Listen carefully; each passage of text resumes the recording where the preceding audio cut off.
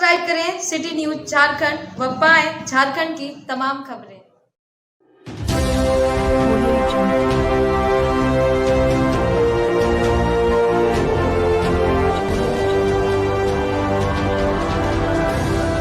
नमस्कार, आप देख रहे हैं सिटी न्यूज और मैं हूं आपके साथ कंचन।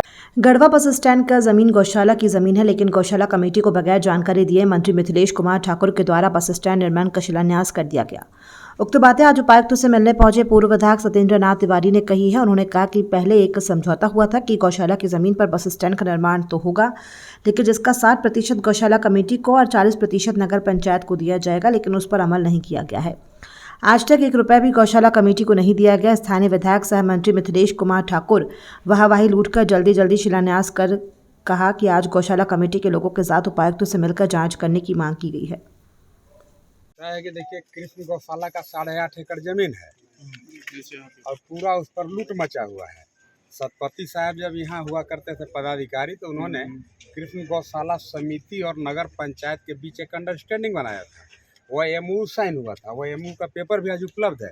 उसमें तय हुआ कि यह जो बस स्टैंड बनेगा, उससे जो भी वसूली के तौर पर या किराया के तौर पर या जो भी इनकम होगा, उसका 60% कृष्ण गौशाला को पैसा उसका मिलेगा और 40% पैसा नगर पंचायत को मिलेगा, ताकि नगर पंचायत उसका देख रेख रख रखाव में उसका भी खर्चा है, बनाने में इन्वेस्टमेंट है। उस कमिटमेंट को इन्होंने तोड़ दिया। आज 20 साल के बाद फिर उसी पर जाके भैया जी द्वारा फिर शिलान्यास कर दिया गया। इस शिलान्यास का हमारे समझ से परे है। भाई किसके कॉन्सेंट से?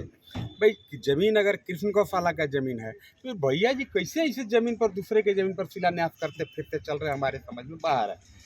आज अगर उस पर कोई भी निर्माण होगा, दुकान हो, जरूर दुकान बने, हम उसके पक्षधर हैं, लेकिन बिना कमेटी, बिना इनके समिति के सहमति के, बिना इनके कॉन्सेंट के उस पर किसी कीमत पर दुकान न बने। इसी के निमित्त आज कृष्ण गौशाला कमेटी के सभी लोगों ने उपायुक्त से मुलाकात किया।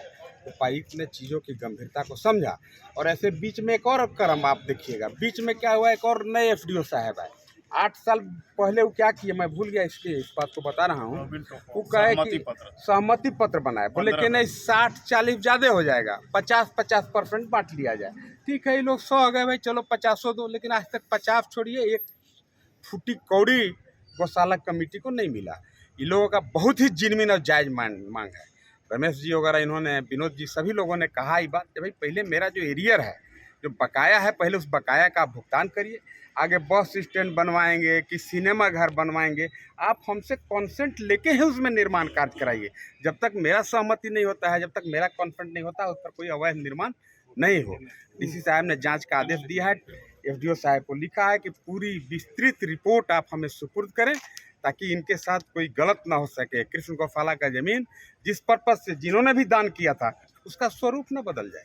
आज कृष्ण गौशाला का जमीन जो भी भूदाता है, इसके लिए नहीं दान दिया था कि यहाँ पर बस स्टैंड बनाइए, यहाँ पर मॉल बनाइए, यहाँ पर दुकान बनाइए। ये तो इनकी भलमानसता है।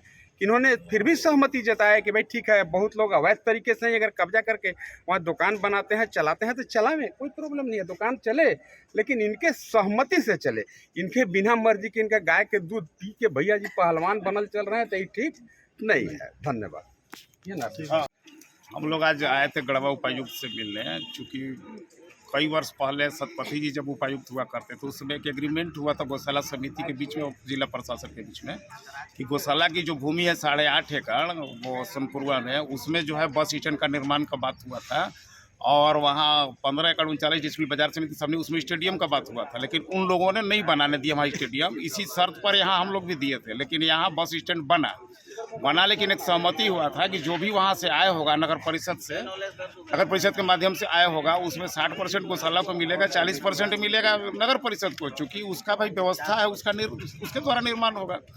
और उसके बाद आज तक उसको फॉलो नहीं किया गया। लेकिन उसके बाद 2015 में जब रॉबिन टोपो जी एसडीओ थे, पिंकी केसरी बनी अध्यक्ष नगर परिषद की, उसके बाद परेश तिवारी जी उस समय सचिव थे गौशाला के, इन सारे कार्यकारिणी के बीच में एक सहमति बना। उसमें हुआ कि 60-40 जो है 50-50 हो रहेगा। साथ ही 5,000 का चेक भी एक दी, तुरंत मैंने चेक दी, लेकिन चेक को बाद में बाउंस कर गया, जिस पर परेश तिवारी जी ने भी कोई कार्रवाई उन पर नहीं किए हैं। और दूसरा चीज़ एक और हुआ था एग्रीमेंट के अनुसार पिंकी केसरी जी के समय में पत्र में कि बोर्ड लगेगा वहाँ दोनों रास्ता पर श्री कृष्ण गौशाला बस पड़ाओ। और एक और एग्रीमेंट के तहत था सहमति पत्र के आधार पर कि एक व्यक्ति जब भी बस स्टैंड से संबंधित टेंडर होगा नगर परिषद में तो उसमें जो है गौशाला का एक आदमी रहेगा। लेकिन आज तक सहमति पत्र के आधार पर या पहले जो एग्रीमेंट था कोई भी मैंने फॉलो नहीं किया किसी भी चीज़ को। और अब फिर से नए निर्माण करा रहे हैं अपने मंत्री मिथिलेश ठाकुर जी, तो इसका हम लोग गौशाला समिति विरोध करता है। और हमारा मांग है कि वहाँ जो भी अतिक्रमण है उसको मुक्त किया जाए और कोई निर्माण करना है तो पहले तो जितना बकाया राशि है जो भी एग्रीमेंट है उसके अनुसार सारा बकाया राशि दें, एग्रीमेंट के अनुसार बाकी चीज़ को फॉलो करें। और आगे निर्माण करना है तो उसमें सहमति गौशाला समिति से लेने के बाद ही करें। और दूसरा चीज़ कि गौशाला की ज़मीन जो है खरीदी गई है और कुछ दान में मिला है, तो इस सारे लोग जो है ज़मीन गाय रखने के लिए गौ पालन के लिए गौशाला हित में ही हुआ है, तो उसमें बस स्टैंड का निर्माण, मॉल का निर्माण और बाकी कहाँ से होगा। अब जिन्होंने दान में किया है उनके वंशज आज कह रहे हैं कि ज़मीन हमरा दे दीजिए, हम तो गौ पालन के लिए दिए थे, तो बस स्टैंड कैसे बनने लगा। क्या नाम है आपका? रमेश कुमार दीपक। क्या है गौशाला समिति? गौशाला में सचिव, श्री कृष्ण गौशाला समिति सचिव।